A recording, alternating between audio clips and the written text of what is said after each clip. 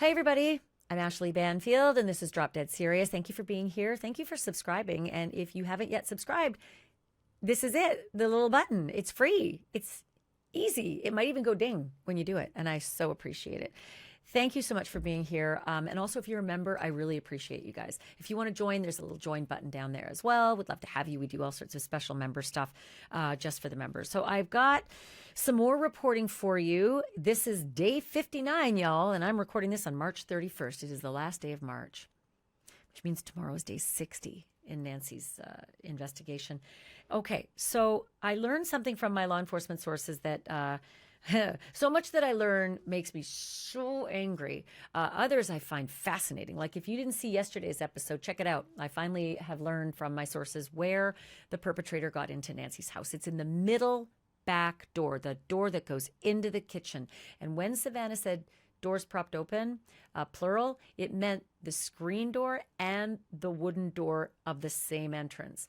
The screen door was propped open with the flower pots, and so was the gate to the backyard. So check out yesterday's episode if you haven't already for more details about that.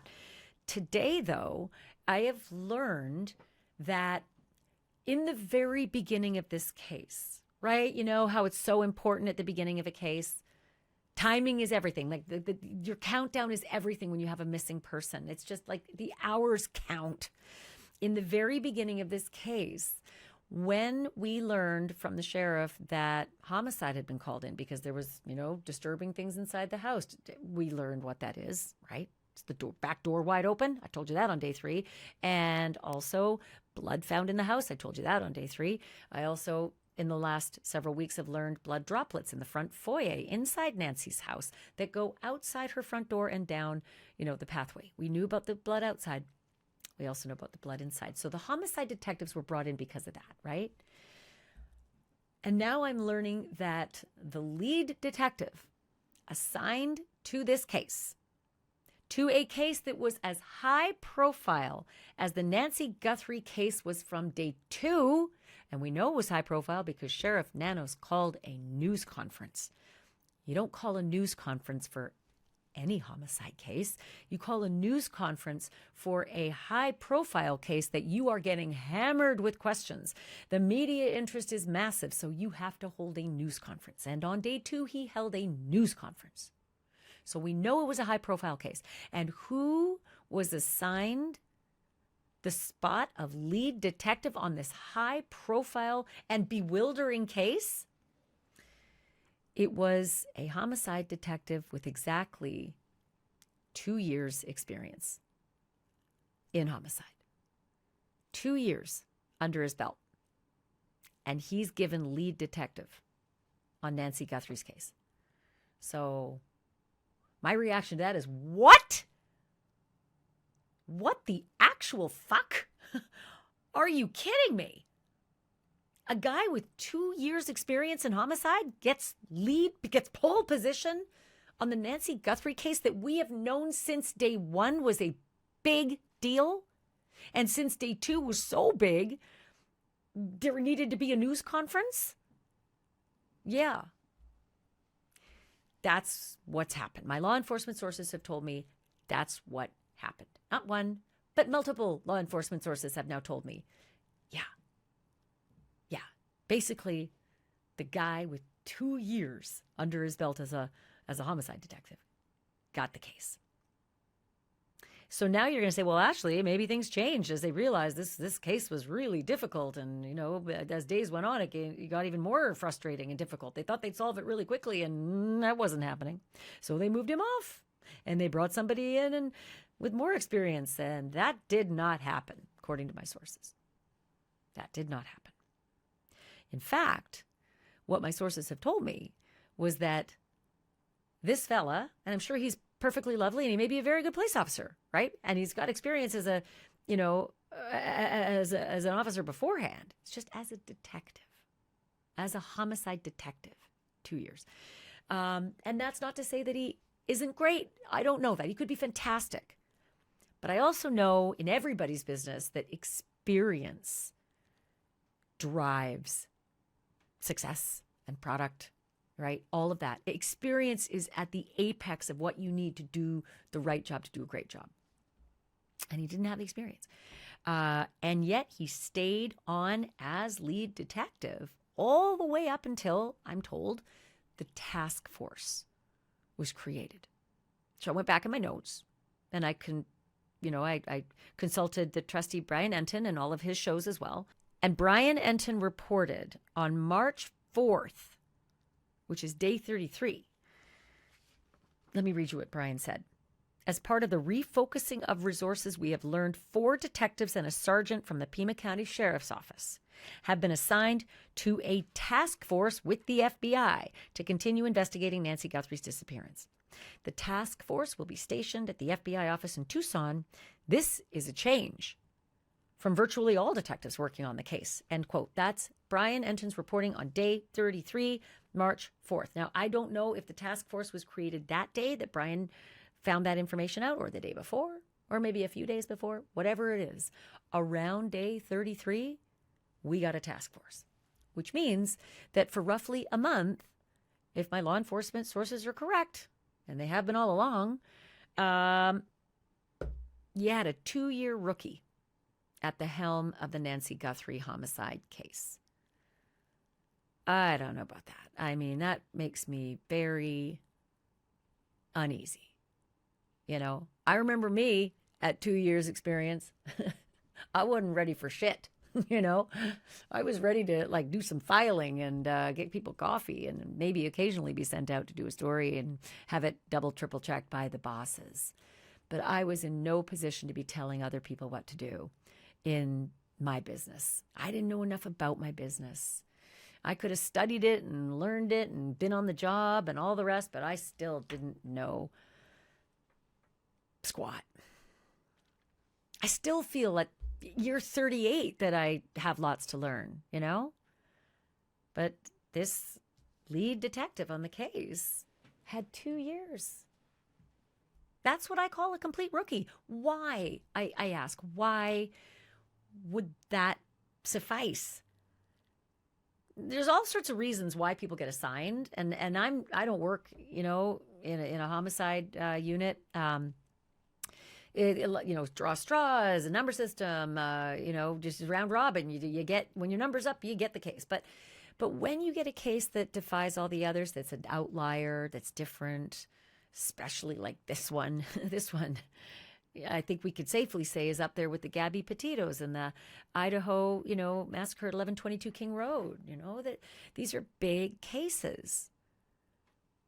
And I'm just surprised that it would stand that the 2-year rookie would keep it for somewhere around 33 days till the task force was created. So I called up a guy who I have watched do interviews, talk to Brian Enton. He seemed like the perfect guest for this. His name is Kurt Dabb. Okay. He's a retired Pima County Sheriff's deputy from, you guessed it, from the homicide division. He was a homicide detective for 7 years.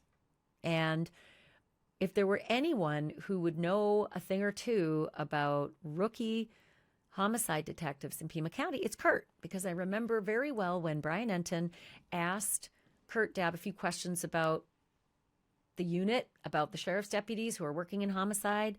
This is all within the first couple weeks of the case. He said the average experience level of most of those homicide cops in Pima County right now is 2 to 3 years.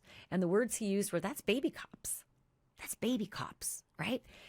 And so I called Kurt to ask him about this scoop that I got, that this lead detective had only 2 years experience in homicide.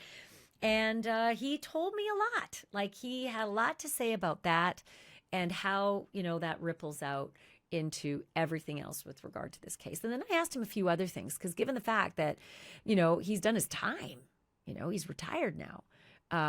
What did he think about the scoop that we had yesterday about the flower pots, Nancy's flower pots being used to prop open that back screen door leading into the kitchen door, into the kitchen? That's, if you're looking at the house, that's the back of the house. It's the middle door, just to the left of the patio, the far left-hand side of that patio where the couch is It's not the door way over on the left, the pretty bluish gray door. It's not the door over on the right under the patio awning that's also bluish gray to the right of the couch. It's actually a door that's perpendicular and vertical to your vision. You can't see it. It's why we had such trouble finding it at first. But that's the door that was used to gain access into Nancy's home. And the reason Savannah Guthrie said back doors, plural, propped open, was because those are two doors to the same entrance. It's a screen door and then the kitchen door. So those doors, plural, at that one entrance were the only entrance that was wide open. Yeah. And then the flower pots, I learned since, were what were used to prop that door open at the screen door and then to prop open the back gate. This son of a bitch propped open the back gate with Nancy's flower pots. He should have kept his filthy fucking fingers off her beautiful flower pots and her life. Keep your fucking fingers away from Nancy's life. It's too late for that. In any case, I asked Kurt about theories now, knowing that he props open the entrance and egress and yet takes her out the front door. And we know that because of the blood evidence, the drips, right? Goes out to the driveway, stops at the driveway where presumably she's loaded into a vehicle. And he's got some things to say about that too, with the experience that he has as a homicide detective. First, a quick note from my sponsor. If you travel at all, or if you've ever landed somewhere and then immediately started stressing out about the Wi-Fi, the roaming charges, or swapping out SIM cards, this is for you. Saley. It is an eSIM app that gives you instant mobile data in over 200 destinations so that you can get connected fast without insane roaming fees. You just download the app, choose a plan, and activate it right from your phone. It's simple, it's convenient, and it makes traveling so much easier. Get an exclusive 15% discount too on Saley data plans. Just use my code DROPDEAD at checkout. Download the Saley app or go to saley.com/dropdead or just, use the link down below. And to that point, my colleague Brian Enton has some reporting today that matches our reporting from my law enforcement sources. And that is, and I think it was only, Friday, maybe I did this episode, or Saturday, that inside Nancy's home, it was just devoid of evidence of a crime. It looked as though there was no crime that had been committed except for the blood in that front entrance and the man on the video. It would have looked like she just got up out of bed and walked out of the house. That was my reporting from Friday of last week, that it just didn't look like a crime had been committed in there, right? Other than the blood drops in her front foyer going over her front door and out the front entrance, the tile work, and then down the walkway to the driveway. And that harrowing image of the ski mask clad man on video. But for those things, it just did not look like a crime had been committed. And that's what Brian Enton is learning as well from his sources, that the house is immaculate, So little by little, all the stuff that my law enforcement sources have been telling me since day 3, it is all bearing out, every piece of it. And multiple sources have come in since then and doubled up on that being true. So here is my conversation about this rookie cop, this rookie homicide detective, being placed at the helm of the Nancy Guthrie investigation from the beginning and staying there for the better part of a month. So, Kurt, what do you think about this this information that I've received that the lead detective assigned to the Nancy Guthrie case right off the bat had just 2 years under his belt? He was a newbie. Well, it's a little misleading. He had 2 years under his belt as a detective, and that's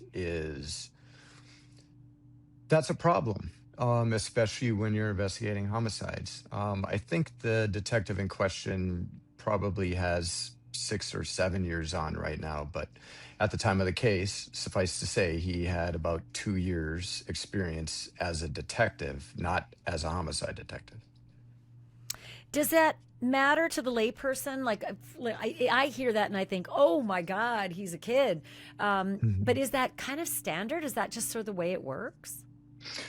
Well, usually in the sheriff's department, and all I can do is speak on, the 20 years that I was there. At about year 3, when I was working, I showed interest in the homicide unit. I spoke with the homicide sergeant, said, I really want to get into this unit. This is a unit books and movies are made of, right? And he's like, you gotta earn your stripes, man. So I, busted my butt, the normal progression, if you will, is you bust your butt patrol and you go in to be a detective. Usually it's burglaries or nonviolent criminal offenses like garden hose theft, bicycle theft, those things, general investigations. You earn your stripes there for, a year or two, or a little bit more. And then you normally can progress to the violent crime side of the house. We're talking domestic violence, we're talking armed robberies, we're talking kidnappings, homicides, those things like that, violent assaults. And then if, one has a proclivity towards, investigating, the ultimate violent crime, they would test to be in the homicide unit. It's my understanding that's the progression that, I went through, and I'm guessing, most of the other homicide detectives prior to me. Um, it's my understanding now that I know there's one individual that's in the homicide unit that definitely wanted to be there. She's been there for a few years. She had a little bit of experience under her belt, but not a lot of homicide experience. Um, a couple of the other individuals that are in the unit, it's my understanding, heard through the grapevine that, these are individuals that are great cops, very good detectives, very apt, very knowledgeable, but homicide is not their thing. And so when, These are the in law people on the enforcement, task force now? Is that the people you're talking about now who are involved directly with the Guthrie case? it would be individuals that are in the homicide unit, that current individuals that are in the homicide unit. Yeah. Because as I understand it, they have now moved on. Whoever's working in homicide is now working with the regular course of business, but the specified, I think 5 or so, are in on the task force, and that this Mhm. original guy who is a 2-year veteran.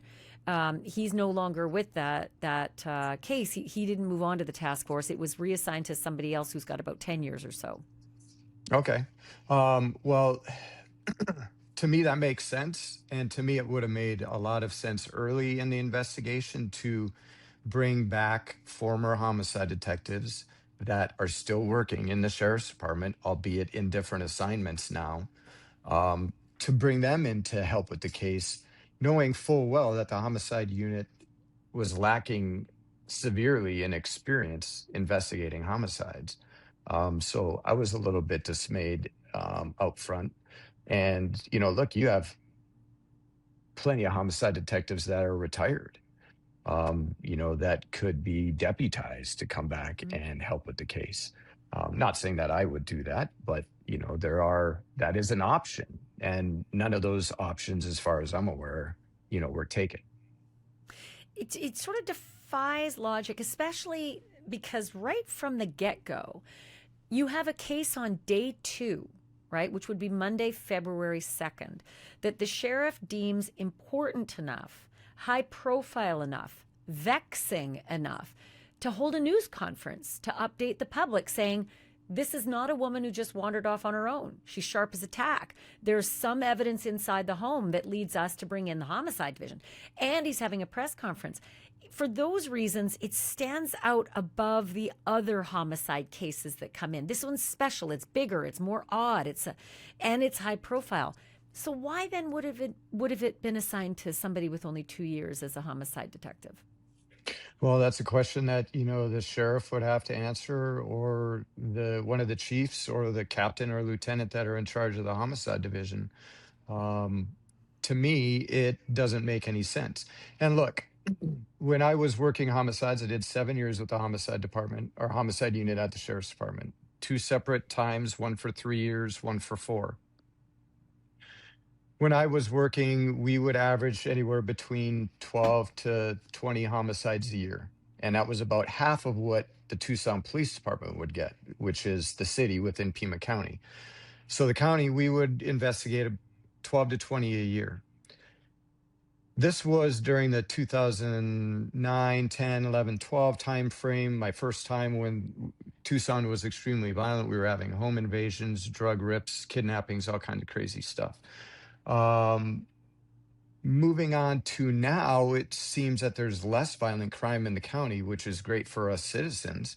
But it's not so good for the homicide unit because they're not investigating the amount of homicides that my team investigated when I was there. And I, by no stretch of the imagination, saying that, investigating 12 to 20 homicides, a year, which I did, is some grand thing when you have New York City, Chicago, Detroit, LA, those, units where they're Sure. But investigating, it's 50 but it's to not 100 a nothing. year. Yeah, it isn't nothing. Correct. It's Yeah. not nothing.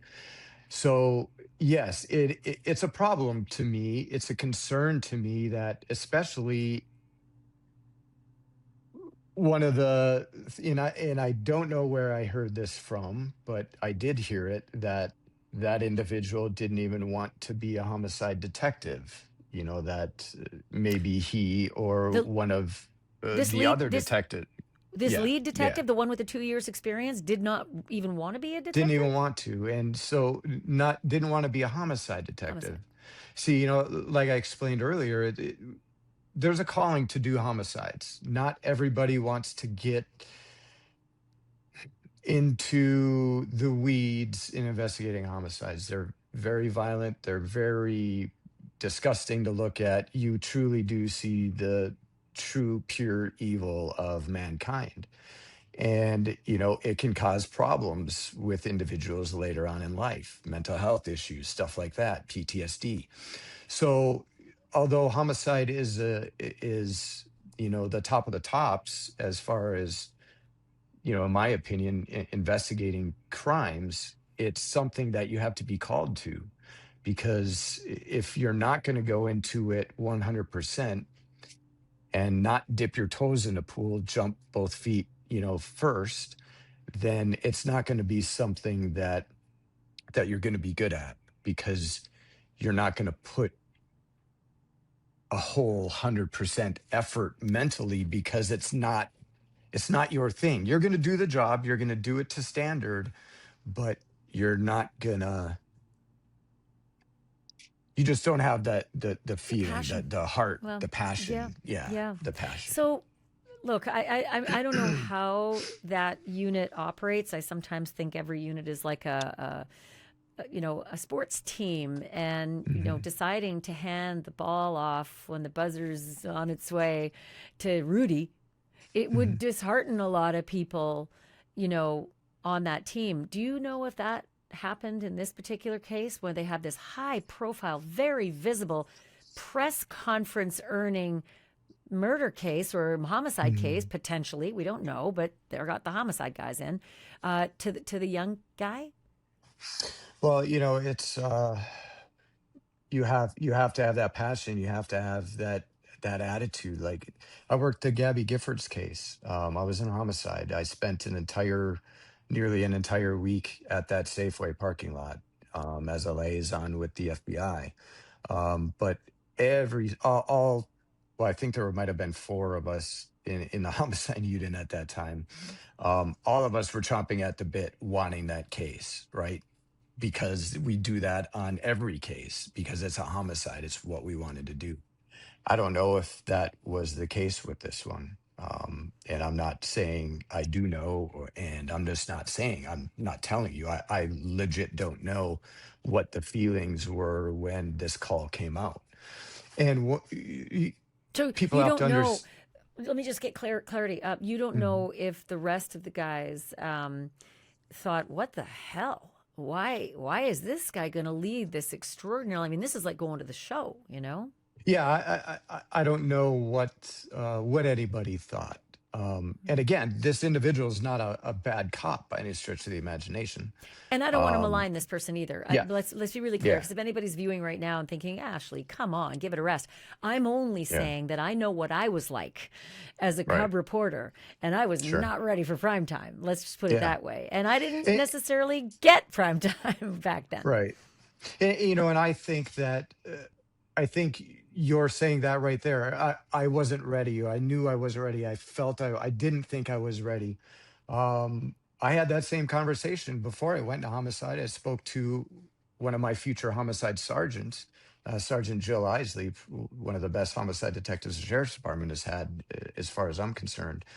And I told her, I'm like, I don't have the experience to go into homicide, but I really want to. So I'm trying. She's like, Kurt, it's the same job that everybody else does. It's the same search warrants. You're just using different words. It's the same search techniques. You're just using more tools. So it's not that big of a deal, but for some people, it can be a deal breaker because they don't think that they can live up to the expectations. When I was at the homicide unit, and I'm sure you've spoken to many, many homicide detectives, the homicide unit is usually the best looked at as the best detectives on the department. Um, and I don't know if that's the way it's looked at the sheriff's department here in Pima County anymore, which is sad. Because of this case? No, I think it's a generational thing. We have a lot of young kids that are becoming cops these days. Look, when I applied, there were 3,500, 4,000 people applying for 10 spots. Wow. Now you're lucky if they get 300 people applying for 40 spots that they're trying to fill in an academy. Mm-hmm. So when I took this profession, I did it or this job, I looked at it as a profession. I was going to do this till I either died, because that's just the mentality that I had, or I was going to retire. Kids these days are coming in to police work under a very, very giant microscope and I'm talking about public perception, I'm talking about command staff perception, legal perception, and they are feeling like no one has their back, right? Command staff's against the wall because they're getting bitched at by the public about this. And a deputy goes out and does something, uses force, and And they everybody feel that, suffers. yeah. So it's just a crazy situation to have people in a unit that is highly regarded in every agency worldwide. Every agency's homicide unit is looked upon that way, and to have young deputies in there that don't want to do this as a profession, it, in my mind, prevents them from becoming as passionate as I did, because it was my chosen profession. So you're having these young kids come in for 2 or 3 years. They're getting their kicks, their car chases, foot chases, fights, shootings, the whole gamut. And then they realize, they're like, well, this is really not the position for me to live a healthy life. So I'm just going to go sit behind a computer and make six figures. Whereas Hmm. you're not going to make six figures as a cop. So we're Let me getting a ask you. lot of you're getting a lot of turnover, and this is Yeah. nationwide.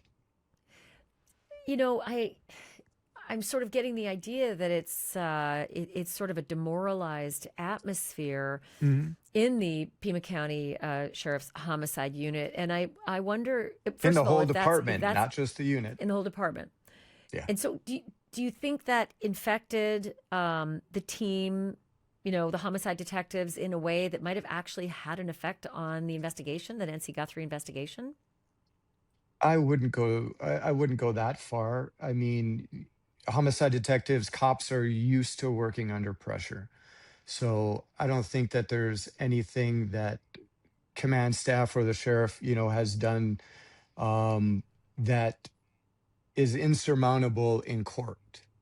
And, I'm saying that because investigating, as many cases as I've investigated, whether normal investigations or regular investigations, mistakes are going to be made. But as long as those mistakes are rectified within a reasonable amount of time, and you're able to articulate um, why, it was done inappropriately the first time, or wasn't done, the first time, they're not insurmountable. Whether or not the detectives had the autonomy to make decisions on their own, um, is another, question that I don't have the answer to. But again, because they were so experienced, I was giving the command staff, a difficult time because I had heard and I believed, that they were meddling in the investigation, sort of, quote unquote, running it. And I don't know that to be true. Um, but if you have an inexperienced homicide unit, I think that would make some sense. But the more sense, like I said earlier, is just bring the guys and girls back with the experience, let them join the team and help. So, Kurt, do you think it's possible that um, we keep hearing that things are not progressing? I mean, I'll give you the actual quote that I learned from my sources, that one of the investigators literally said the words, "We ain't got shit." That sounds pretty stalled to me. But it's now, day 59 as I record this on March 31st. And, from all indications, it seems like things have really stalled. My inside sources, the actual words that were used were, "We ain't got shit." A lot of other journalists have said, their sources have said the same thing, that things are really, really stalled. I know there's still thousands of tips they have to go through. Mhm. But do you think it's possible that the momentum is really slowed, maybe because of the inexperience early on in this case? Well, there's a word that's key to this, and it's called compartmentalization. Okay. When you're investigating a homicide, and especially a high profile case like this, the detectives, they're not gonna say anything. They're not gonna tell their buddies on a department, what they're working. And everybody wants to know. Everyone wants to know about homicides, what's going on. Doesn't matter if it's this one or another one. People just want to know. So, yes, on the outside, it looks like nothing's going on. It looks like it's a quote unquote cold case. And, we just have guys are just sitting back and waiting. And that's far from the truth. Unless that information that you got was from one of the actual investigators, on the task force. I would take it with a grain of salt, especially if what you're saying is true about them sending, a detective with 10 years of homicide experience to work on the task force. So again, the lack of experience initially, in from my point of view, caused some issues, but they're not insurmountable. So they'll be able to get them worked out. And just because the sheriff's department's not, putting out press communications daily, keeping everybody updated, doesn't mean that that task force of those FBI agents and experienced homicide detectives, are just sitting in the office twiddling their thumbs. Yeah. Um, But do you think I do you think that go ahead. valuable time might have been lost? Like, if you got your top guys on the case right from day one, this guy's not getting far, or at least valuable information isn't dissipating or disappearing or being lost Right. completely. I guess that's my point. If it was top guys right off the bat, did we potentially lose some really valuable investigative product? Yeah, absolutely. Time. We lost time. And with that time came possible leads and information. So, yeah. But again, I don't think it's something that can't be overcome, well, once it goes to trial. I fully believe, I mean, if it goes to trial, but I fully believe that they're going to get to the bottom of this. It's just going to take some time. I love that you say that. I love that you are so optimistic that you're even thinking about trial. So often in this case, I'm not even going there. And I always go there. I always go, ooh, Mhm. protect the scene, protect the evidence, protect the chain of custody. I always go there as a true crime reporter.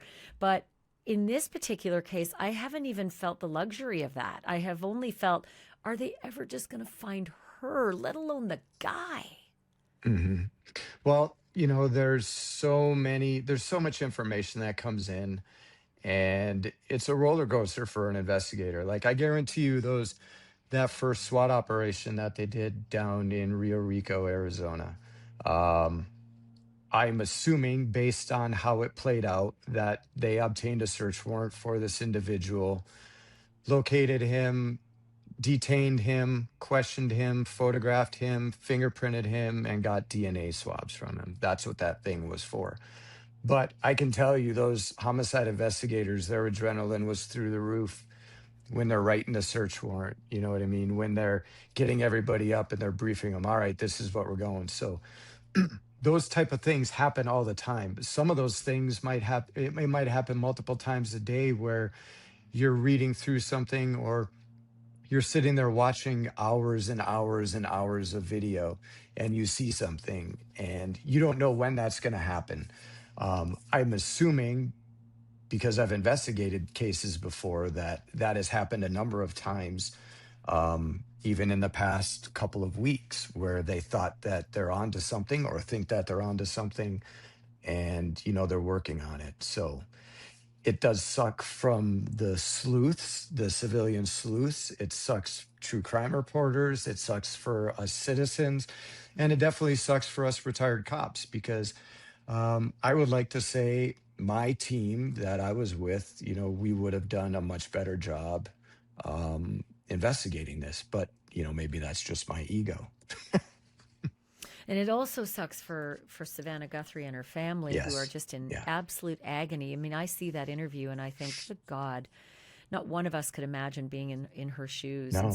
And in a way, I'm glad that people are seeing that, because what Savannah's going through is what so many victims of crime go through anonymously. They don't have a camera Yeah. or an audience to share just how painful it is to be on the receiving end of crime like this. And so it's good for 100%. people to understand, like, this is, the stakes are just, they don't get higher Yeah. than the loss and the mystery of where your loved one is. I am interested in you talking about this deputizing. I hadn't even thought of that. I didn't even realize that that's completely within the arsenal. You Hmm. find yourself all of a sudden with a massive high profile case. At one point there were 400 people working on it, and yet you don't know that they weren't going back and grabbing the old vets and saying, come on, we need you to do some pinch hitting. Yeah. I never got a call. And, neither of my other buddies that were retired homicide, even the ones that are still working, got a call. And many of them Um, would have jumped in and said, I'm put me in, coach. oh yeah.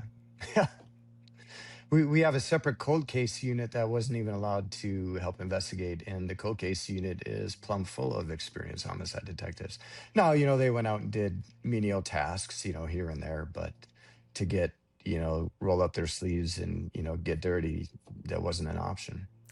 And I know a lot of people get it wrong when they say, has the case gone cold? A cold case, literally, and I'll repeat this as many times as I have to for any newbies who are watching now and getting into true crime. Most of the people watching know this, but a case doesn't go cold until the very last lead has been exhausted. There are no more leads coming in, and there's literally no investigative work for the detectives to pursue. Then they put it on a shelf and they wait for more to come Yeah. in.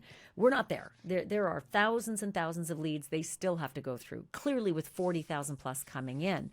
But there's a cold case unit that should have been on this, and they weren't.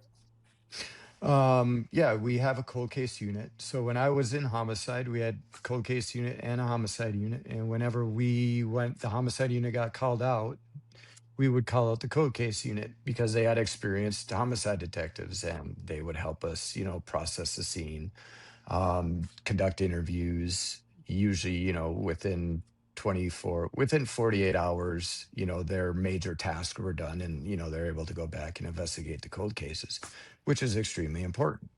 But I think in this one, it would have been more apropos to just let those. We're gonna have to put cold cases on the back burner for a while.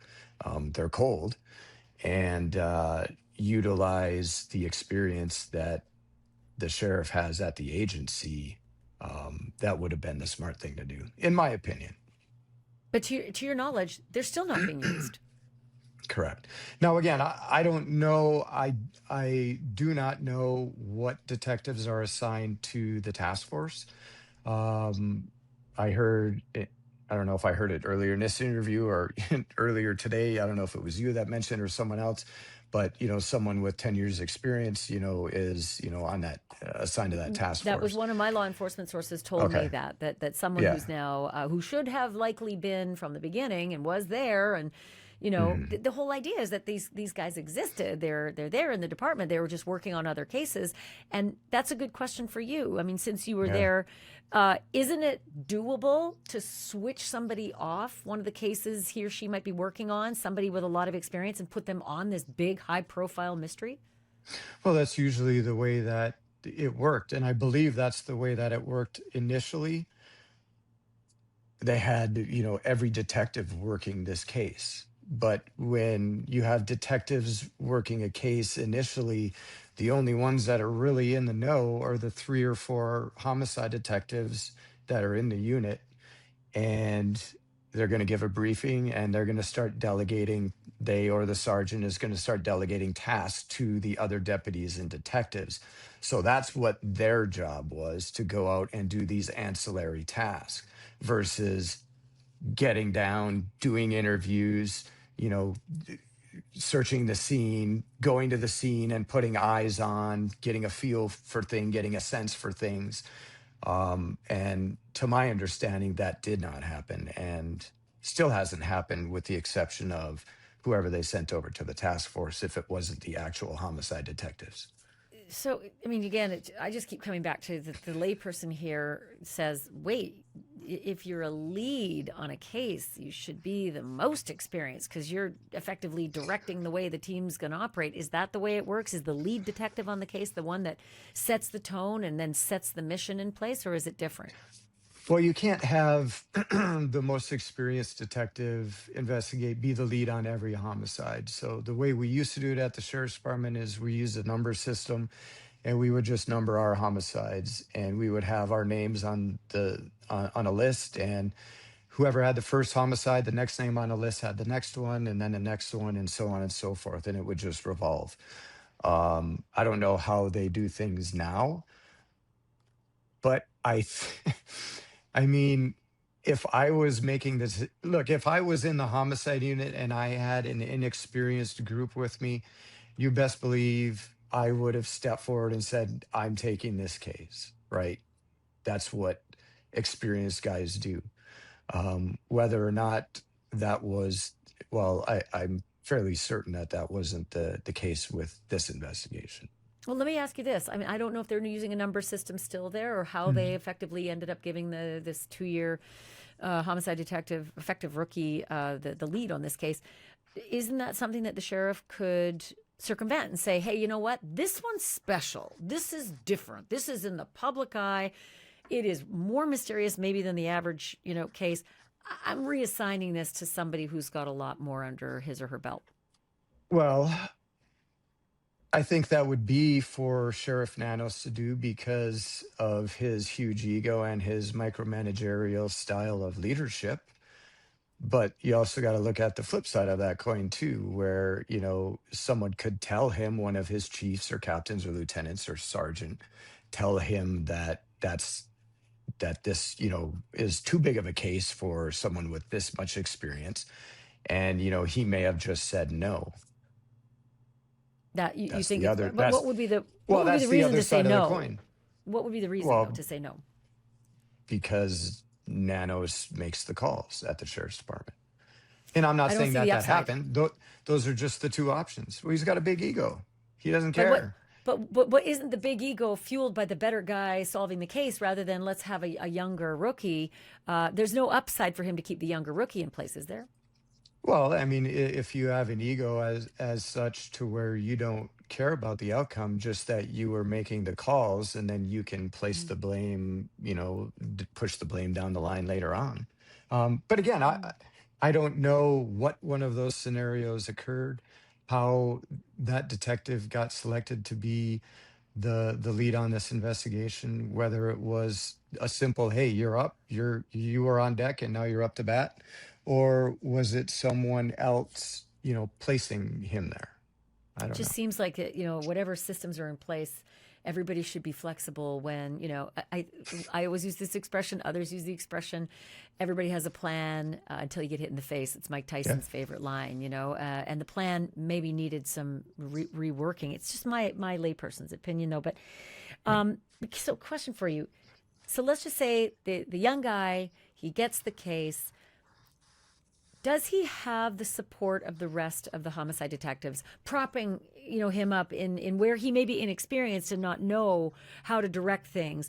Would the other members of that unit be there to make sure that nothing falls through the cracks? Well, you have to look at the totality of the experience of the other members of the homicide unit. I don't know how many they have, whether it's 4, 5, or 6.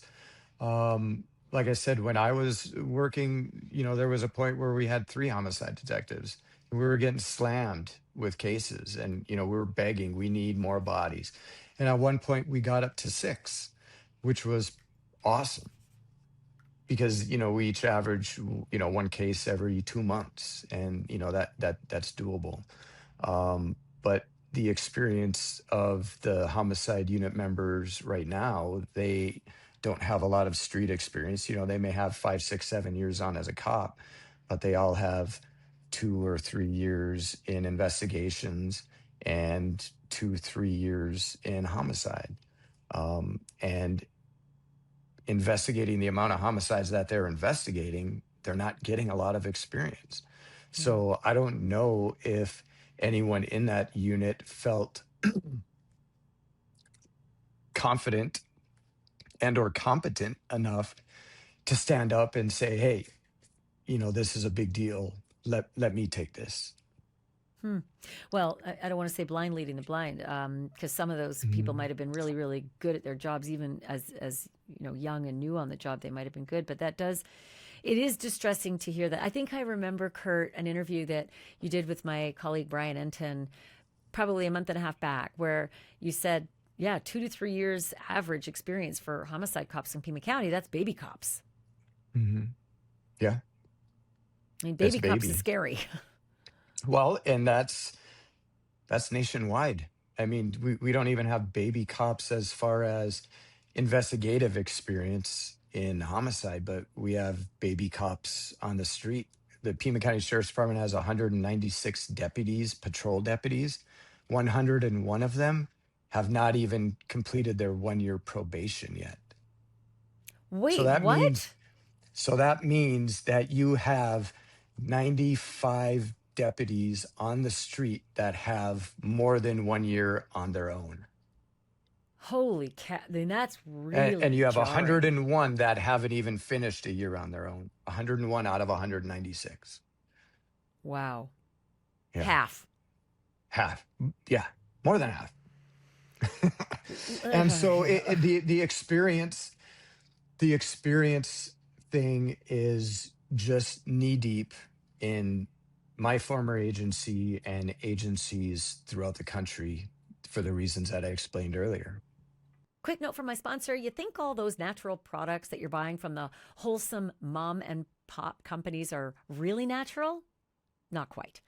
Many of them have been bought out by mega corporations and private equity firms who hijack the brands and then they load them up with corporate slop. But there is one company doing things very differently. The Van Man Company. They started the grass-fed tallow trend a few years back with moisturizers, and they have been crushing it ever since with their nearly edible products. Tallow works because its fatty acids are nearly identical to the oils in your own skin, so your body actually recognizes it. It can replace your lotion, your night cream, your wrinkle cream, even Neosporin and diaper balm. And it's powerful enough to heal your skin, yet safe enough to be spread on your toast. Real ingredients. Ready to ditch the corporate chemicals? Just go to vanman.shop/Banfield and use my code Banfield to get 15% off your first order.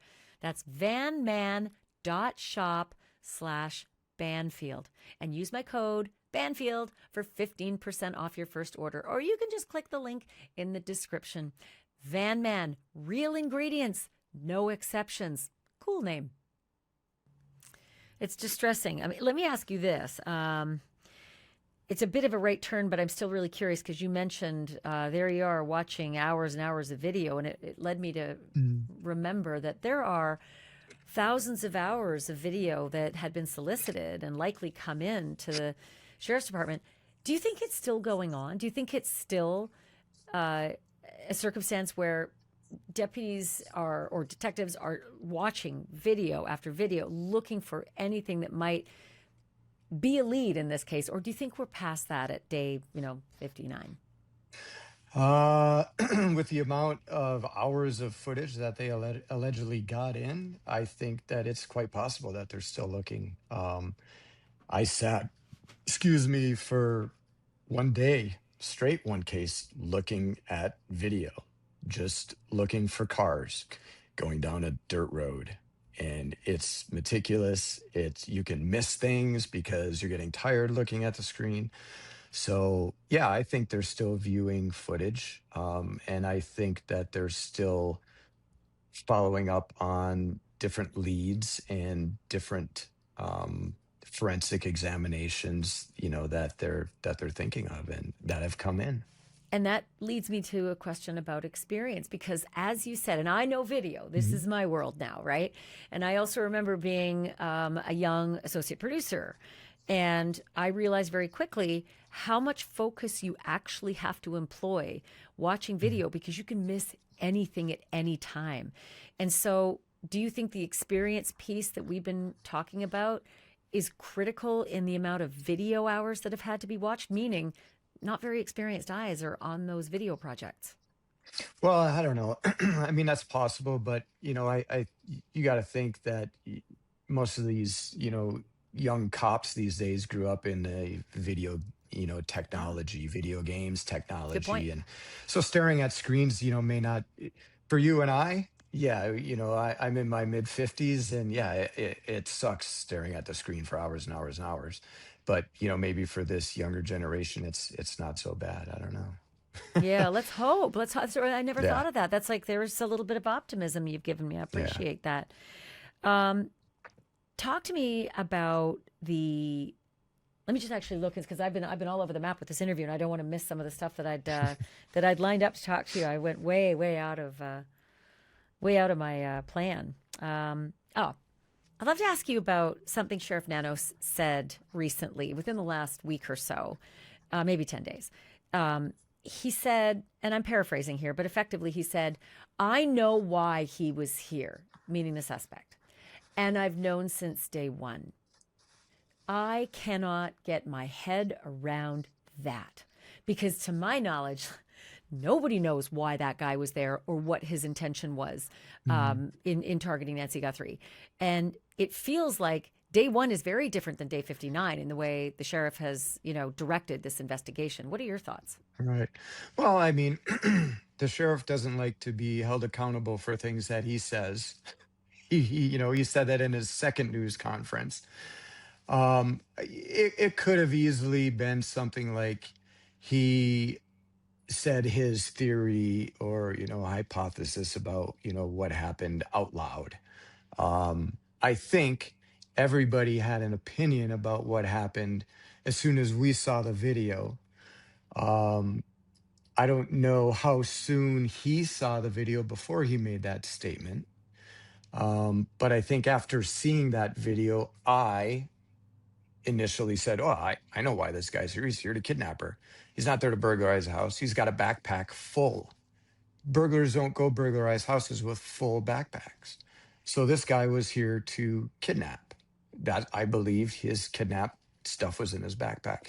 And maybe the sheriff was thinking that as well. And you can tell he's not too savvy behind the microphone, right?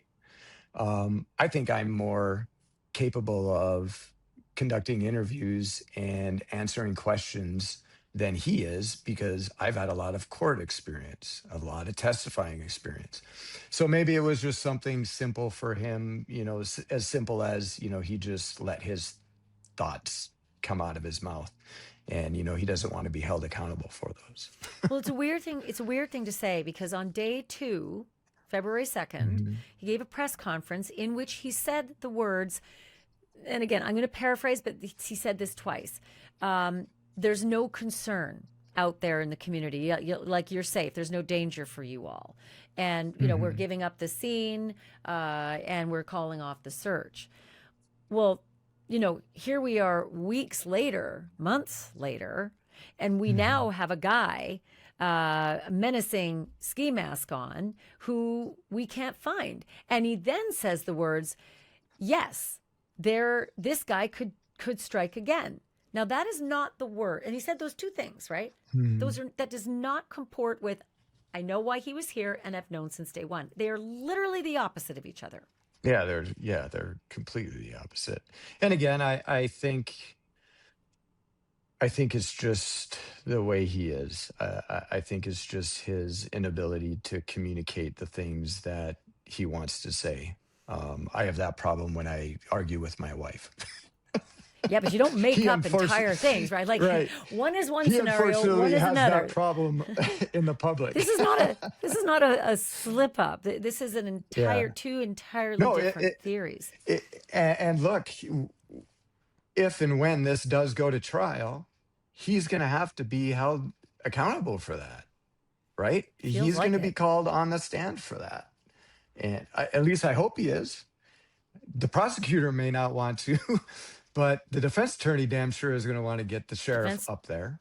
defense would Yeah. have a lot to work with. And again, I'm so glad that you're optimistic about getting to trial. I Yeah. just want to find Nancy at I this am. point. I'd be so satisfied with just finding her, Yeah. just to give the family some peace. I don't even know if convictions and prison sentences even help, closure for families. Right. For some it does, but for others, they don't even. Listen, one of the Idaho four victims' parents they didn't even attend any of the court proceedings for Brian Koberger because it didn't make a difference to Mhm. them. They said it won't Yeah. make any difference to us. So I understand how some victims can take it very, very differently. I do want Sure. to ask you about something that I learned just this week. Did an episode yesterday, in fact, with information from the investigation that the perpetrator used the back kitchen door. And if you're looking Mm. at the house from the back, you're at the pool and you're looking at the back. There are three doors. This one's in the middle and it's not very visible because it's perpendicular to the length of the house, but it effectively goes into the kitchen. And there's two doors. There's a screen door and then there's the hard wooden door. And that both of Mhm. those doors were open. The screen door was propped open with Nancy's flower pots, and that the gate to the back door was also propped open with flower pots.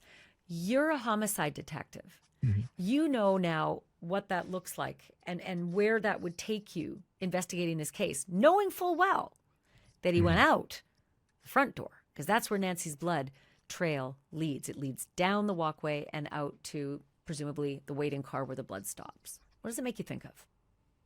Well, it makes me think that there were at least two individuals, and I've said this for quite a while that I think it's two to four, probably three to four individuals that were involved in this whole thing. Whether or not three or four people were at the house that night, I'm fairly certain that um, it's my belief that there were at least two individuals there. It's my belief that night because of the logistics of it all. There's no video of a car going in front of the house at all. There's no video of a car being in a driveway. The only thing on the video, other than the natural stuff that's always there, is the one bad guy. And he's there two different times, two different dates. So it's obvious to me that these individuals um, did a scout. They did a recon of that. And how long that recon was, I don't know. But I could imagine that it may be days or even weeks of reconning the area, Well, getting a you lay know of the what, if land. you believe Fox News' Michael Ruiz, Fox Digital has two law enforcement sources who told him that image of the guy without the backpack and without the gun is from January 11th. So that would be 2 weeks in advance of scouting. Mhm. So yeah, I mean it makes total sense that this was a planned operation based on what I've seen as far as how it went down and what's knowledge to the public. Um, having the doors propped open, someone could have been inside the house. I guess she went in through the garage. Someone could have been waiting in the garage for her, shut the garage door, get a hold of her. But I would really like to know, and the sheriff's department and the FBI haven't said this, is whether or not there was any forced entry to that back door, because Well, we all know that there wasn't forced entry to the front of the house because it was on camera for 40 some days. And I did not see any damage to any of the three back doors on the footage that I saw from the drones flying around. so it's a great So, question because it's impossible to see mhm, the door that I have since learned from my sources was used. Because again, if you're looking straight at the house from the backyard, it's perpendicular to the house, so you can't see the vertical nature of that. mhm, If it opened up the screen door, you'd see the screen door sitting there open. It's to the left of the patio. It's sure. basically the left side of the patio. But I do know that my law enforcement source on day 3 told me there was forced entry. Mm. Now you tell me because Nancy Guthrie's children told the police that Nancy often left her back doors unlocked. That was another law enforcement source told me that her kids had reported to the police that she often left those doors unlocked. So if a door is unlocked and you are using it to get in and you're putting a plant there, could that be considered forced entry, or do you have to break something to force entry? No, forced entry is usually you're forcing your way in, whether it's, cutting a screen, breaking a window to reach in and grab a door to unlock it, prying a door open, kicking a door open. That's more of forced entry. Um, is it possible that, Nancy left her doors unlocked? Sure, absolutely. Yeah, I grew up in a small town in Michigan, and we never locked our doors to the house or cars in the 18 years that I lived there. And ever since, I've lived in my house here, we lock our doors, we lock the house, and still my car has been burglarized. I'm wondering, there's 2 doors. So we were all confused when Savannah said the back doors, plural, were propped open. Mhm. We thought, wait a minute. My source in the very beginning said back door wide open, not plural. But now it's obvious it's 2 doors to the same entrance. It's the screen door and then the wooden door. Okay, And not maybe it's two separate. possible. Right, not 2 Okay, entrances. One entrance was used, and the two screen doors. door, according to my sources, the screen door was propped open with her flower pot. I was not able to ascertain whether the back door, the door that goes into the kitchen, the wooden door was propped open with a flower pot. But a lot of times those doors won't swing closed. A screen door will swing closed, and Yeah. that makes me wonder if the big wooden door to the kitchen was unlocked, but maybe the screen door was locked, and that's an easy one to rip a Hmm. screen and jigger with the lock. So maybe All right. that's the forced entry. And again, my source could have been wrong in the beginning about forced entry, but I'll tell you what, Mhm. that source has not been wrong about anything so far. Everything that Yeah. was told to me on day 3 has actually played out. So I'd be surprised if if this part of it wasn't true as well. Some kind of forced entry on that screen door. Well, let's walk through it logically. Um, to me, if someone was going to why would you prop open the back door? Why would you go through all that trouble in doing that while Nancy's gone? And why? I mean, if you have access to the house, why would you prop that door open? It makes zero sense to me. Um, How about an escape route? Meaning you're going in there. I know that the Golden State Killer, this was on our episode last night, Joseph D'Angelo would often leave windows and doors open so that he had a fast egress if he needed it, meaning he was planning everything and didn't plan for, oh shit, somebody's here I wasn't expecting. right. And is it possible that that's why this guy might have propped open the gate and propped open the screen door and made his entry? Yeah, I think, yeah, it's possible. Absolutely. But to me, I mean, and Joseph D'Angelo, he was a former cop, right? Yes, he Um, was. he was a cop when he was killing all these women. And Hmm. so he was extremely meticulous in his ways. And, I'm not trying to draw a parallel thinking that, this is someone in law enforcement that was involved in this. Yeah, I think it was a very well thought out operation. And they obviously worked it for quite some time to where they felt the need to prop open the back door. I just think that it's strange. But that being said, that's also an area that was manipulated by the bad guy. So, that was an important part of the investigation. I'm assuming they buccal swabbed it and fingerprinted it and did all that stuff. Yeah, that's what I'm hoping because there's this mixed DNA, and I'm assuming that it may Mhm. have come off of a door handle or maybe a flower pot or something, because clearly he moved that flower pot into place, both of them, the one for the gate and the one for the screen door.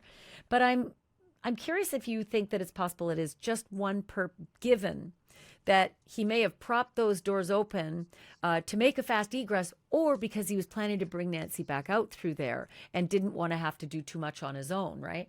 And then realized she can't walk very far.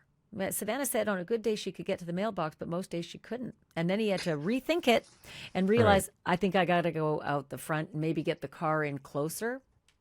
So if it was one perp, I think it would have to go down this way, right?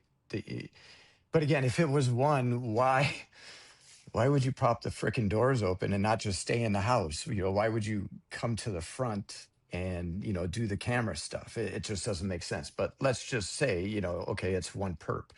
He's in the house. He is able to bind her somehow that affords her the ability to still, be somewhat ambulatory. um, Whether he tied her hands and had her walk out, and then at the front door she gave up a little struggle, and he popped her in the nose or the head with a gun or something else, and she started bleeding from the nose or the head, and that the blood spatter, the pattern that's there leads me to believe that it's from some type of head wound, or a nose bleed, because there was no directionality on the spatter. It's just straight down. It's like the individual was standing there and it was sudden, and then all of a sudden it was gone. So if it was a single perp, they could have had a struggle at the door where he caused her to bleed and got her out to the car. He could have wheeled her out in a wheelchair. He could have tied her to a dolly in the house and, brought, I don't know.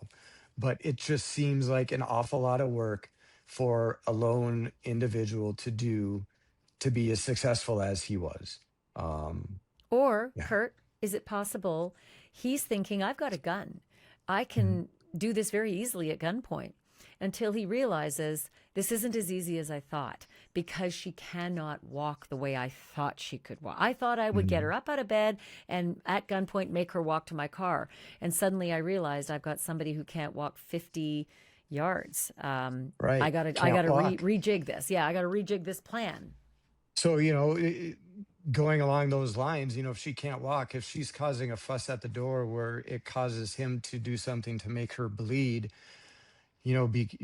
she's causing a fuss at that threshold. In law enforcement, we call that a fatal funnel, because you don't want to stand there in front of a closed door because bullets are just going to come through and you can't see it. Well, I mean, that was realistically Nancy's fatal funnel as well. She knew once she was outside the safety of her home that all bets were off. So if she did cause a little struggle there and cause him to make her bleed, I would think that there would be more signs of a struggle leading out Well, in I'll that tell you pea what, gravel there, driveway. my inside sources have told me that from day one, blood inside the house. Okay. Mhm. I couldn't figure out where, but weeks later, I was able to find out that the blood pattern that is on the front outside tiles is replicated inside. And again, I couldn't find out where until finally I did, and it is right inside her door. So basically, her front foyer has the Mhm. same blood pattern, the vertical drops, as the Mhm. outdoor front tiled entrance of her home. So clearly, So yeah, it something it happened appears inside and it then appears that continued she outside. caused it appears that she caused a struggle right there, right at the door. And if that is the case, and she was still able to move, you would think that there would be drag marks. She doesn't want to leave the safety of her house. Maybe she's got tape around her mouth and she can't scream, right? She's still going to be making noises, neighbors' dogs were barking at the time. I would just think that you would see more disturbance in the pea gravel driveway because that stuff is easily disturbed by Mm. footprints, Oh, by drags, by car you marks, know, by. I also thought about being 84, and if you have an elderly parent, many of us watching will know right now that usually the skin is very, very tissue paper like, especially if Mhm. you're on blood thinners. So it might have even been restraints that caused, bleeding. I mean, I know It's for a fact that you possible. could not possibly put my mom in restraints or that would bleed. Yeah. No, and that's totally possible. Totally possible. But again, if she was struggling enough for them to make her bleed, to do something to make her bleed, meaning they struck her somehow, um, or even if it was bleeding from handcuffs or some type of binding mechanism, I would still think that you would see more of a struggle in the driveway, more of a disturbance going on outside the home. So, have you gamed the system? Have you gamed this in your head, what you think actually happened? And if you have, can you tell me? I've got many far out theories. I've got theories, you know, that are very centered, and I've got theories that are on the farthest ring of Saturn, that's out there, and it goes from the sensible to the wild. But you have to But do that, right? As a you have homicide detective, don't you have to do that? you legitimately have to do that. um I've shared a few of them. I think I'll keep my out of space ones to myself.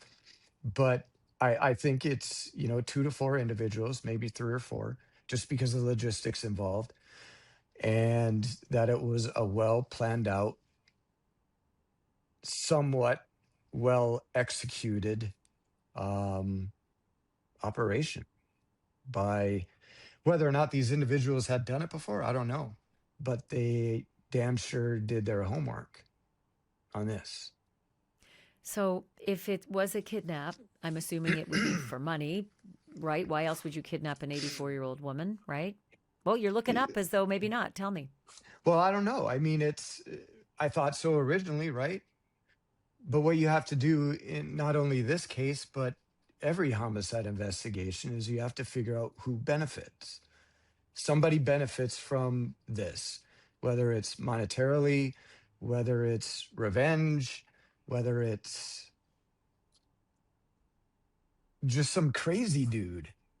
I don't think it's someone like, that has a mental deficiency and was infatuated with Nancy, because she wasn't a very public person.